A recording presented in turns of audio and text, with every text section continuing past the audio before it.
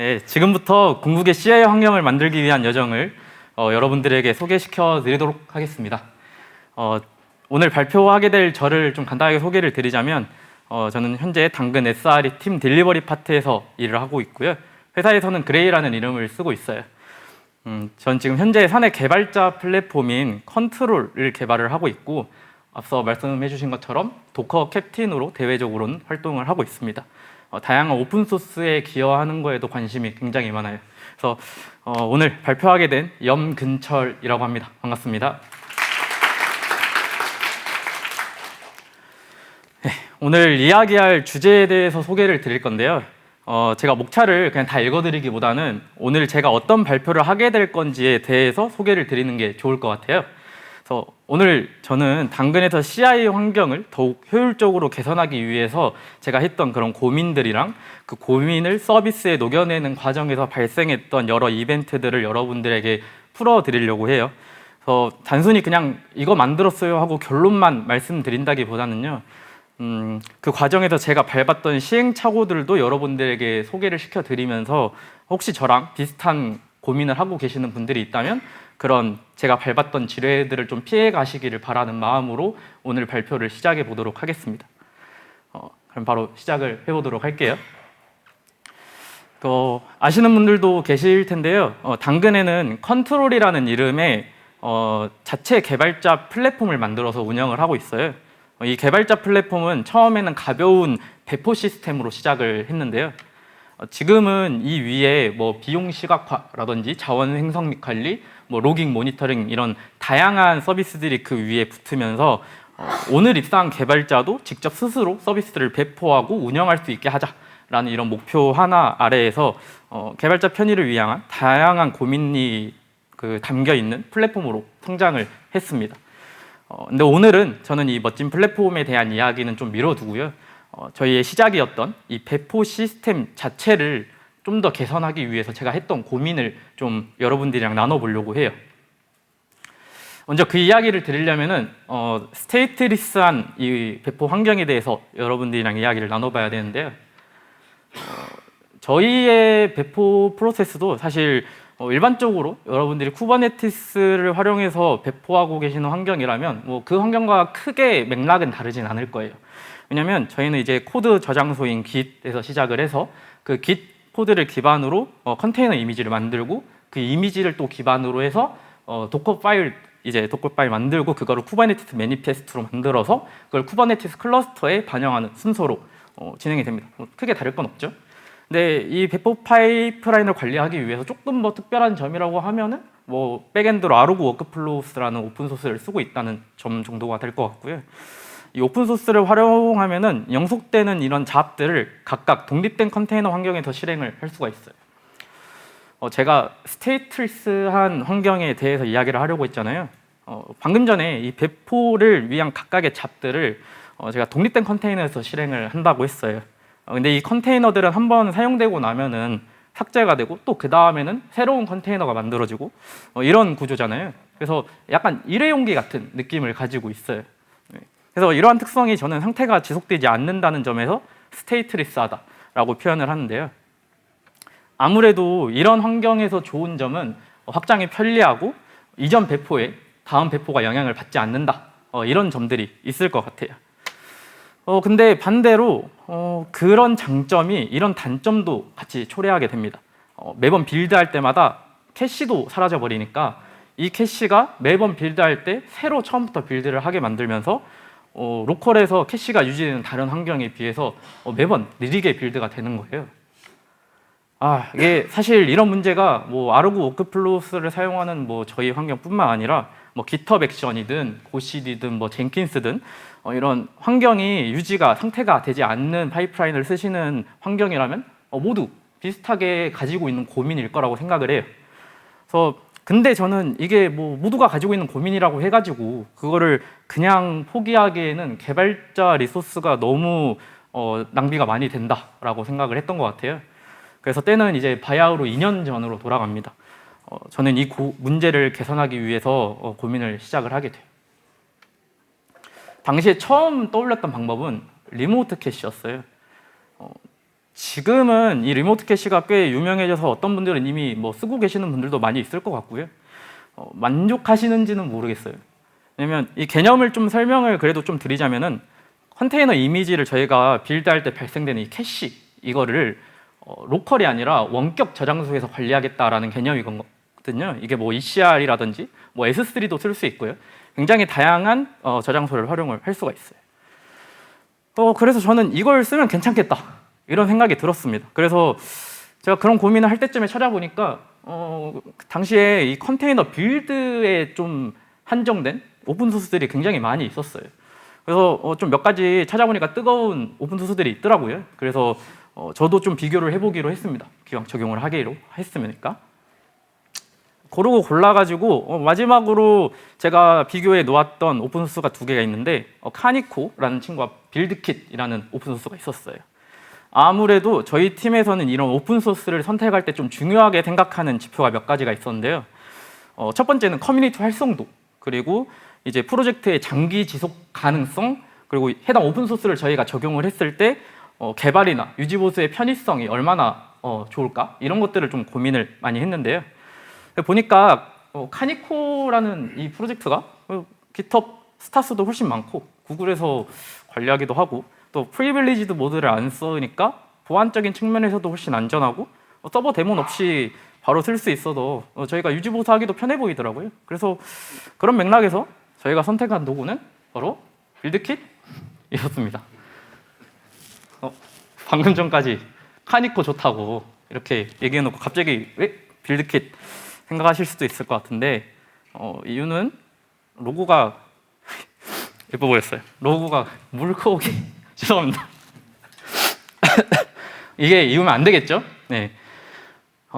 저희가 선택했던 이유는 바로 빌드 속도 때문이었는데요. 지금 그래프는 도커 파일의 내용이 복잡해지면 복잡해질수록 이 런 커맨드의 개수가 많아지면 많아질수록 빌드 속도 차이가 크게 벌어지는 모습을 그래프로 표현한 거예요. 제가 이것과 관련한 GitHub 이슈를 2년 전에 처음 봤었는데 그 이슈가 제가 이번에 발표 준비하면서 보니까 아직도 열려 있더라고요. 그리고 다음 이유가 이제 도커 파일 때문인데요. 사실 저는 이전 이슈인 속도도 굉장히 중요한 이슈였지만 제 기준에서는 이게 더 큰 이슈였습니다. 왜 되게 문제냐면 저희 도커 파일은 다들 아시다시피 컨테이너 이미지 만들 때 가장 보편적으로 활용하는 수단이잖아요. 근데 이게 저희가 너무 흔하게 쓰다 보니까 인지를 못 하시는 분들도 계시는데 이름에서도 알 수 있다시피 이 도커 파일은 도커에서 만든 피처예요. 근데 이게 그러다 보니까 도커 파일은 일반적으로 컨테이너에 있는 것처럼 OCI나 CRI 같은 이런 표준도 없어요. 이게 왜 이슈냐면요. 도커 파일에서 활용할 수 있는 문법이나 옵션 같은 게 옛날에 한번 딱 나오고 끝난 게 아니라 지금도 버전이 계속해서 업데이트가 돼서 나오고 있어요. 그런데 계속해서 업데이트돼서 나오는 버전에도 이런 신규 문법이나 옵션들이 있습니다. 이게 문제인 게 아까 말씀드린 이런 컨테이너 빌드 관련된 오픈소스들 대부분이 도커 파일의 문법에 의존을 하고 있어요. 이게 그 중에서도 카니코도 그런 오픈소스 중 하나였어요. 이게 당연히 엔진이 다르니까 도커 이외의 다른 서비스들은 이 신규 피처에 대한 지원이 늦거나 아예 안 되기도 해요. 그래서 실제로 여러분들 GitHub 그 이슈 페이지에 카니코 프로젝트 같은 거 가보시면은 이런 관련된 이슈들이 굉장히 많이 열려 있는 걸 아실 수가 있습니다. 근데 그건 알겠는데 그렇다고 빌드킷을 선택한 이유는 뭐냐? 라고 하면은 이제 빌드킷이 도커기 때문입니다. 그러니까 쉽게 좀 더 자세히 말씀드리면 도커는 굉장히 다양한 컴포넌트로 구성이 되어 있어요. 그 중에서도 빌드 관련된 핵심 엔진이 이제 빌드킷이라는 이름으로 컴포넌트로 따로 나와 있는데요. 참고로 말씀드리자면 여러분들 도커 명령어 쓰실 때 빌드X 명령어 많이 쓰실 거예요. 근데 이 빌드X라는 명령어 자체가 도커 CLI 쓸 때 빌드킷의 옵션들을 더 잘 활용할 수 있게 도와주는 익스텐션으로 나온 거예요. 애초에 근본적으로. 그러니까 빌드킷은 도커다라는 말인 거죠. 그래서 저희는 이제 빌드킷을 활용해서 저희가 이게 뒷얘기긴 한데 저희가 처음에는 도커 커맨드에서 빌드킷 일부 옵션들을 지원을 안 하는 거예요. 그래서 빌드킷을 그냥 바닐라로 쓰려고 했었어요. 근데 나중에 업데이트가 잘 돼서 그냥 도커를 그대로 쓰기로 하긴 했습니다. 돌고 돌아서. 어쨌든 저희는 이제 여러 리서치 과정이랑 설득 과정을 통해서 이제 도커를 활용해서 리모트 캐시를 써보자 이렇게 결정을 해보기로 해요. 근데 일이 그냥 그렇게 쉽게 풀리지는 않더라고요. 그래서 세상에 완벽한 기술은 없다 이런 말도 있잖아요. 제가 이런 말을 발표해서 쓰게 될 줄 몰랐는데 실제 적용하기 전에 테스트 해보니까 그때는 나쁘지 않았어요. 왜냐면 일반 빌드에서 한 60초 걸리던 게 캐시가 먹으니까 한 10초대에서 끝나기도 하더라고요. 근데 문제는 이게 하필 테스트 프로젝트들에서만 너무 잘 동작을 하는 거죠. 제가 이거를 플랫폼 기능으로 개발을 다 끝내고 테스트 범위를 좀 확대를 해봤거든요. 그러니까 이게 결과가 전혀 다르게 나오는 거예요. 어떤 프로젝트는 이게 빌드 시간이 길어지면 길어질수록 오히려 빌드 소요 시간이 더 오래 걸리는 프로젝트도 나왔어요. 왜 이런 결과가 나왔지? 하고 보니까 빌드 시간이 여러분 긴 프로젝트는요 그 캐시의 크기도 같이 커져요. 근데 이게 자연스럽게 캐시를 원격지에서 관리한다고 했잖아요. 그러니까 이게 업로드, 다운로드 하는데도 시간이 오래 걸리고요. 또 의외로 많이 걸렸던 게 캐시 준비하는 단계에서 또 시간이 많이 걸렸어요.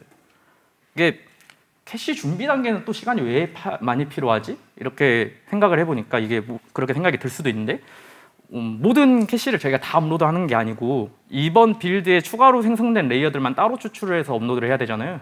그런 것도 좀 소요 시간이 걸리고요. 무엇보다 이제 로컬에 적재하는 캐시는 저희가 도커가 자체적으로 도커 파일에 있는 각 라인을 해싱을 해가지고 그걸 로컬 DB에 인덱싱을 해서 레이어들을 저장을 해요. 그리고 이 레이어는 비압축 형태입니다. 근데 이거를 저희가 원격지에 업로드를 해야 되잖아요. 원격지에 업로드할 때는 이거를 압축을 해야 돼요. 당연한 거잖아요. 저희가 레이턴시도 있고 이런 것들 때문에. 근데 이거를 압축하는데 자원도 자원인데 시간이 또 이게 쉽지가 않아요. 이런 것들이 오래 걸리게 만든 거죠. 또 이런 문제도 있었어요. 로컬에서는 이게 도커 엔진이 알아서 적절한 캐시들을 찾아가지고 매칭을 시켜줬는데 저희가 리모트 캐시를 쓰면은 일일이 이게 원격지에 어떤 캐시를 갖다 쓸 건지 저희가 다 지정을 해줘야 되거든요. 근데 이게 일반적으로 저희가 빌드할 때 이거를 어떤 기준으로 캐시를 올리냐면 이게 보통 어떤 브랜치였는지 또 어떤 git 커밋 해시를 가지고 있는지 뭐 또는 저희가 내부적으로 가지고 있던 어떤 플래그를 활용을 해서 캐시를 라벨링해서 업로드를 하게 되는데요. 이게 조건을 아무리 잘 지정해도 캐시를 붙여주는데 한계가 있어요. 그러다 보니까 이게 참고로 GitHub 액션에서 여러분들 리모트 캐시 쓰시면요, 그 GHA 타입이라고 해가지고 따로 옵션이 있거든요. 근데 이거는 그래도 좀 고민이 많이 돼서 비교적 적중률이 높기는 한데 그래도 제가 위에서 말한 문제들이 근본적으로 해결이 되지는 않는다고 해요. 아무튼 여기까지 알고 나니까 좀 막막하더라고요. 왜냐면 제가 이거 설득하는 기간까지 포함해서 거의 한 1년 정도를 기능 개발하는데 소요를 했어요. 물론 이것만 개발하는데 1년 쓴 건 아니지만 그래도 1년은 긴 시간이잖아요. 이거는 이제 팀원분들은 처음 듣는 이야기일 수도 있는데요. 죄송합니다. 네, 이거 제가 진짜 성과 위에서 잠깐 모르는 척하고 완성됐다 하고 오픈할까 생각도 했었어요. 이게 성과 평가가 얼마 안 지나면 있는 기간이었거든요. 근데 또 그럴 순 없잖아요. 그래서 진실을 고백을 하기로 합니다. 이때는 그래도 좀 감동을 많이 받았는데 팀원분들이 의사결정은 다 같이 했던 거고 다들 방향에 동의해서 했던 거니까 그럴 수 있다. 너만 잘못한 게 아니다. 그렇게 말씀을 해주셔가지고 그런 김에 저는 그러면 리서치한 게 아까우니까 POC 할 수 있는 시간 한 달만 더 줘라. 그렇게 했는데 너무 감사하게도 그것까지 허락을 해주셨어요. 그래서 허락 안 해주셨으면 제가 지금 여기 발표하러 못 나왔겠죠. 그래서 어쨌든 저는 그렇게 한 달의 시간을 더 확보를 하게 됩니다. 이 시간 동안 저는 여러분들 앞에 설 수 있는 이 이유를 찾게 돼요. 저는 처음부터 다시 설계를 해보자 생각을 하게 됩니다. 리모트 캐시는 있고 컨트롤, 저희 당근의 개발자 플랫폼의 장점을 살려서 한번 다시 해보자 라고 생각이 들었어요. 애초에 리모트 캐시를 못 쓰게 된 그 이유가 이런 것들 때문이잖아요. 캐시 업로드, 다운로드 시간, 그리고 캐시 준비 시간 이런 것들 때문인데 만약에 캐시를 업로드 안 하고 그냥 재사용 계속 할 수 있으면 이런 문제들도 제가 말씀드렸던 이 문제들도 해결이 되고 캐시 준비 시간, 업로드, 다운로드 시간 로컬에 있는 캐시 DB를 그대로 활용할 수 있을 테니까 히트율 문제도 해결을 할 수가 있을 거예요. 근데 애초에 스테이트리스한 환경에서 그게 안 돼서 이 고생을 제가 했던 거잖아요. 앞에서 방법을 고민을 해봐야 되는 거죠. 쉬운 방법도 있었어요. 고민해보면은 빌드 전용 서버를 운영을 한다. 만약에 그렇게 하면은 모든 배포를 할 때 빌드 전용 서버 하나에 빌드를 다 몰아넣는 거죠. 그러면 캐시 히트율 맞출 수 있잖아요. 근데 당연히 이렇게 하면은 문제가 있죠. 안 하는 이유가 있죠. 시도 때도 없이 죽어나가는 그 빌드 서버를 여러분들은 계속 보면서 우셔야 될 거예요. 네, 그렇다고 해서 빌드 서버 개수를 또 무작정 늘리면 막상 캐시를 재활용할 수 없으니까 의미가 없어지죠. 그래서 저는 원칙이 필요했습니다. 스테이트리스한 환경의 장점을 유지하면서도 이 캐시를 유지할 수 있는 방법을 고민을 해봐야 됐던 거예요. 그래서 스테이트리스한 파이프라인의 장점을 다시 한번 떠올려 보기로 합니다. 확장이 편리하고 이전 배포 영향을 받지 않아야 돼요. 그래서 저는 하나하나씩 해결을 해보자 생각을 하게 돼요. 먼저 첫 번째로 확장이 편리하면서도 캐시를 유지할 수 있는 방법 찾아봐야죠. 저는 이 문제를 해결하기 위해서 그 당근 개발자 플랫폼 컨트롤의 장점을 적극적으로 한번 활용을 해보자 생각을 합니다. 저희가 일반적으로 배포 파이프라인을 구성을 하게 되면은 그 하나의 고정된 템플릿을 두고 그게 프로젝트별로 달라지는 부분들만 바꿔가지고 저희가 일부 변속값만 바꿔서 파이프라인을 찍어내는 방식으로 보통 파이프라인 구성을 많이 해요. 만약에 여기가 이 프로젝트별로 뭔가 커스텀한 다른 작업을 추가를 하고 싶을 때는 개발자분들이 여기에 직접적으로 개입을 해서 수동으로 이거를 파이프라인을 바꿔주셔야 되거든요. 근데 컨트롤의 장점은 이런 템플릿을 따로 정해두지 않는다는 데 있거든요. 이런 거에 관한 좀 자세한 발표가 저희 작년까지 진행됐던 SRE 미드업에 좀 있으니까 좀 참고해서 들어주시면 감사하겠습니다. 어쨌든 저희는 배포가 수행되는 시점에 개발자 플랫폼에 있는 UI와 DB 그리고 사용자들이 클릭할 때 발생하는 여러 각종 이벤트 정보를 기반으로 배포를 할 때마다 매번 개성 있는 다른 형태의 파이프라인들을 만들어서 사용을 할 수 있는 장점을 가지고 있었어요. 그리고 이렇다는 건 당연히 저희가 마음만 먹으면 각 파이프라인이 특정 스토리지를 마운트한 상태에서 실행을 할지 말지에 대한 여부도 그때그때 결정을 해줄 수 있다는 의미가 되는 거죠. 그래서 저는 이때 활용을 하기로 결정을 한 게 EBS랑 EBS 동적 프로비저너라는 걸 써보기로 해요. EBS는 참고로 AWS 클라우드에서 제공하는 블록 스토리지고요. 쉽게 생각하면 클라우드 서버에 붙여서 쓸 수 있는 하드 드라이브 같은 겁니다. 그리고 AWS에서는 매니지드 쿠버네티스 서비스를 제공해요. 이게 EKS라고 부르는데 이걸 사용을 하게 되면은 동적 프로비저너들을 가져다가 쓸 수 있는데 또 이제 이걸 활용을 하면은 저희가 PVC라는 리소스만 만들어도 여기에 아까 말씀드린 EBS와 PV 세트를 자동으로 생성하고 PVC에 연결을 시켜주는 그런 기능을 가지고 있어요. 그리고 이 PVC는 뭐 당연한 거지만 팟에 바로 연결을 할 수가 있습니다. 그러니까 결론적으로 PVC만 잘 관리해서 파이프라인에 붙였다 뗄다 할 수 있게 하는 건데요. 결론적으로 쉽게 말씀드리면 프로젝트별로 전용 EBS를 하나 만들어 놓고 그거를 매번 빌드할 때마다 같은 스토리지가 매번 파이프라인에 붙도록 설계를 해주는 거죠. 이렇게 하면은 저희가 프로젝트 빌드 간에 같은 프로젝트는 데이터를 유지할 수 있게 할 수가 있어요. 이렇게 하면은 첫 번째 확장이 편리하다라는 조건은 달성을 했는데요. 근데 여전히 이전 배포의 영향을 받지 않는다? 이거는 또 다른 문제예요. 왜냐하면 방금 전에 제가 이렇게 말씀드렸던 방법으로 문제를 해결을 해버리면 이전 배포의 영향을 받잖아요. 캐시만 유지되는 게 아니라 로컬 빌드랑 똑같이 그냥 데이터들도 다 찌꺼기가 같이 EBS에 붙어서 넘어갈 거예요. 그러면 안 되잖아요. 그래서 제가 고민을 한 게 EBS로 마운트하는 영역을 캐시가 관리되는 영역으로 제한을 해보자 라고 생각을 하게 돼요. 나머지 영역은 매번 스테이트리스하게 초기화가 되고 캐시가 유지되는 공간만 이렇게 제한을 시키는 거죠. 그러면 어떤 디렉터리를 마운트를 해야지 적당히 캐시만 유지를 할 수 있을까? 이런 고민을 하게 되는데요. 일반적으로 저희가 리눅스 환경에서 도커를 사용을 하면은 특별히 설정을 바꾸지 않는 이상은 var 라이브러리 도커라는 디렉터리에 저희가 유지해야 되는 데이터들이 다 모여요. 여기 들어가 보면 폴더가 여러 개 있는데 그 중에서도 이제 제가 특히 빌드 캐시랑 연관되어 있는 디렉터리는 3개 정도가 있어서 좀 더 여러분들에게 소개를 드리자면요. 첫 번째로 이미지라는 디렉토리가 있어요. 여기는 이미지 레이어랑 관련된 메타데이터성의 정보들이 이제 DB 형태로 주로 로컬에 쌓이고요. 오버레이2라는 디렉터리는 이 이미지스 디렉터리에서 관리되는 메타데이터들이 바라보는 실제 데이터 레이어들이 여기에 쌓여요. 참고로 사용하는 스토리지 드라이버에 따라서 이 디렉터리 이름은 다른 게 될 수도 있긴 합니다.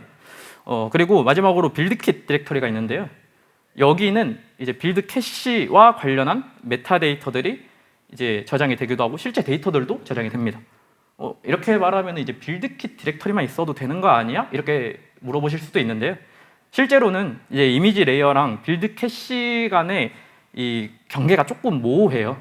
그래서 실제로 저희가 도커 빌드를 했을 때 캐시를 가져다 쓸 때는 이미지의 영역과 캐시의 영역을 같이 짬뽕을 해서 쓰거든요. 그래서 결론적으로는 여기 있는 세 개의 디렉터리가 주로 작용을 하게 되고 사실 여기에 기록하지 않은 다른 영역에 있는 것들도 조금씩 관련이 있습니다.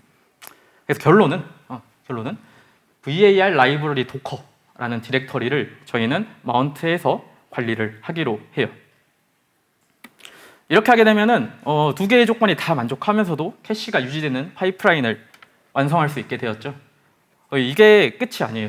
혜택은 이제 앞서 말씀드린 이 방식으로 캐시를 재활용을 하게 되면은 또 다른 기능을 활용을 할 수가 있는데요. 이게 도커의 신규 피처 중 하나인데요.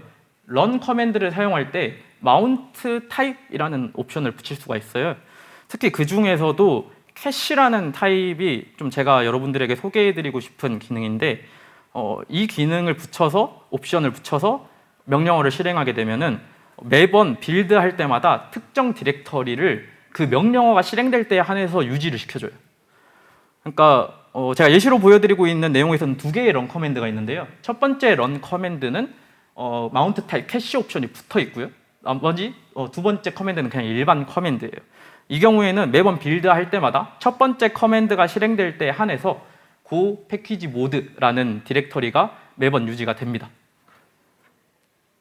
이 기능을 활용을 할 수 있다는 것은 빌드 캐시, 컨테이너를 빌드할 때 각 라인을 스킵할 수 있는 빌드 캐시뿐만 아니라 어플리케이션 자체를 빌드하거나 패키징할 때 필요한 그 캐시도 재사용을 할 수 있다는 의미예요.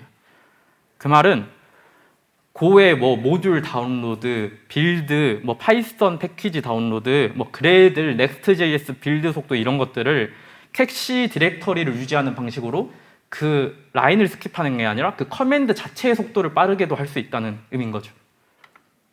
이게 가능한 게 제가 아까 위에 설명드렸던 그 디렉터리들 중에서요. 이 마운트 타입 캐시라는 옵션을 적용한 이 커맨드가 실행될 때 발생되는 데이터 있잖아요. 그게 자동으로 이 빌드킷 디렉터리에 관리가 됩니다. 그러니까 저희는 이걸 유지하니까 이 혜택도 같이 볼 수가 있는 거죠.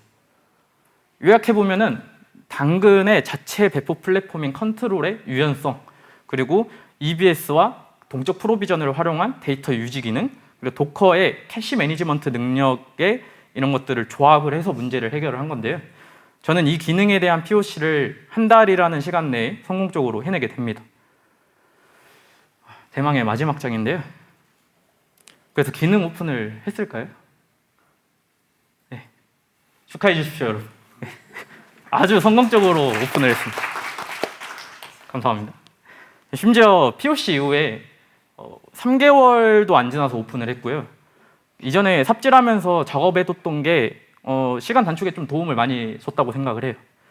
덕분에 이제 팀원들의 믿음도 실망시키지 않을 수가 있었죠.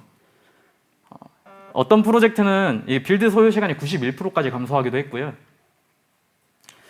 방금 전건 너무 약인 것 같으니까. 회사 전체로 봤을 때는 평균적으로 30%가 넘게 빌드 소요 시간이 감소를 하기도 했어요. 랜덤으로 15개 정도 프로젝트를 제가 뽑아서 비교를 해봤는데요. 보시면은 빌드 시간이 긴 프로젝트일수록 그 효과를 더 크게 본 걸 알 수가 있어요. 제가 앞에 리모트 캐시 썼을 때랑은 좀 모양이 다르죠.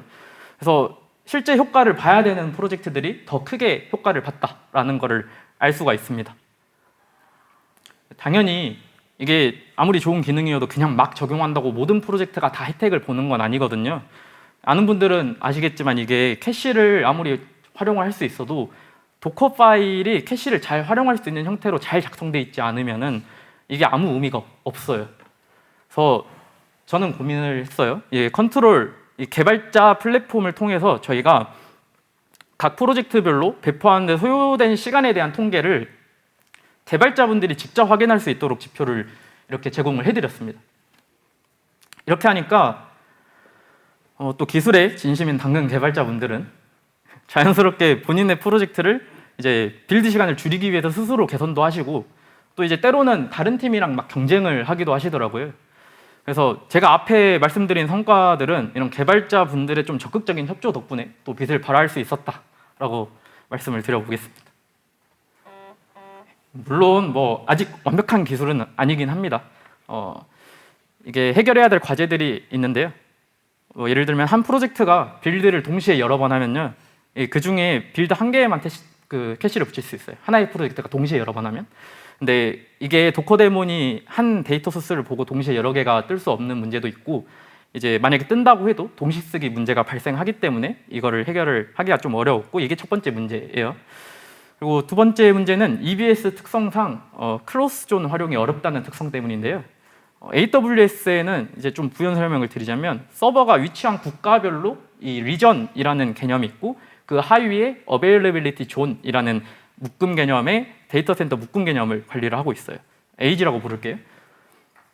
근데 이제 EBS 스토리지는 그 다른 오브젝트 스토리지나 네트워크 스토리지랑 다르게 AG 간에 공유가 안 돼요. 그러다 보니까 확률은 낮긴 한데요. 만약에 AG 하나가 장애가 나면은 이 EBS를 다른 AG에서 바로 가져다가 쓸 수 없다라는 이슈가 있어요. 물론 캐시가 없다고 해서 빌드가 아예 안 되는 건 아니고요. 그냥 빌드 속도가 느려지는 문제니까 그렇게 크리티컬한 문제는 아니지만 그래도 위 두 가지 정도가 제가 현재 인지하고 있는 해결해야 될 과제로 남아 있습니다. 네. 제가 주어진 시간이 부족했다면 고민해봤을 만한 도구가 있어서 그거를 소개를 드리면서 이제 발표를 마무리를 지어보게 될 것 같은데요. 제가 소개드리고 싶었던 도구는 바로 도커의 빌드 클라우드라는 도구예요. 이거는 올해 1월에 발표된 따끈따끈한 최신 기능인데요. 제가 이거를 소개시켜드린 이유는 제가 위에서 해결하고 싶었던 문제를 정확하게 비슷한 관점에서 바라보고 해결하려고 노력한 도구라는 게 느껴져서입니다. 심지어 제가 해결해야 될 과제로 남겨놨던 것도 어느 정도 고민을 해서 해결을 해놓은 부분들이 있어요. 오늘 제가 이거 소개하는 세션은 아니니까 자세히 설명드리긴 어렵지만 도커에서 운영하는 그 빌드 대신해주는 서비스다 정도로 생각을 해주시면 될 것 같아요. 장점은 도커만 설치되어 있으면 버전만 맞으면 여러분들이 누구나 쉽게 어느 정도 사용량까지 무료로 써볼 수 있다는 점이고요. 물론 이것도 만능 솔루션은 아니겠죠. 여러분들 궁금하시면 다 써보실 수 있고, 다만 단점은 일정량 이상 쓰시려면 돈을 내셔야 되더라고요. 이게 생각보다 싸진 않았어요. 그래서 근데 자체적으로 여러분들이 기능 개발에 투자할 여력이 없거나 유지보수할 에너지가 부족하다면 저는 이거 충분히 중소규모 개발팀에서는 고민해볼 만한 가치가 좀 클 것 같다 라는 생각이 들어서 오늘 소개를 드려봅니다. 네, 그래서 제가 준비한 발표는 여기까지고요. 긴 시간 들어주셔서 감사합니다. 영근철이었습니다.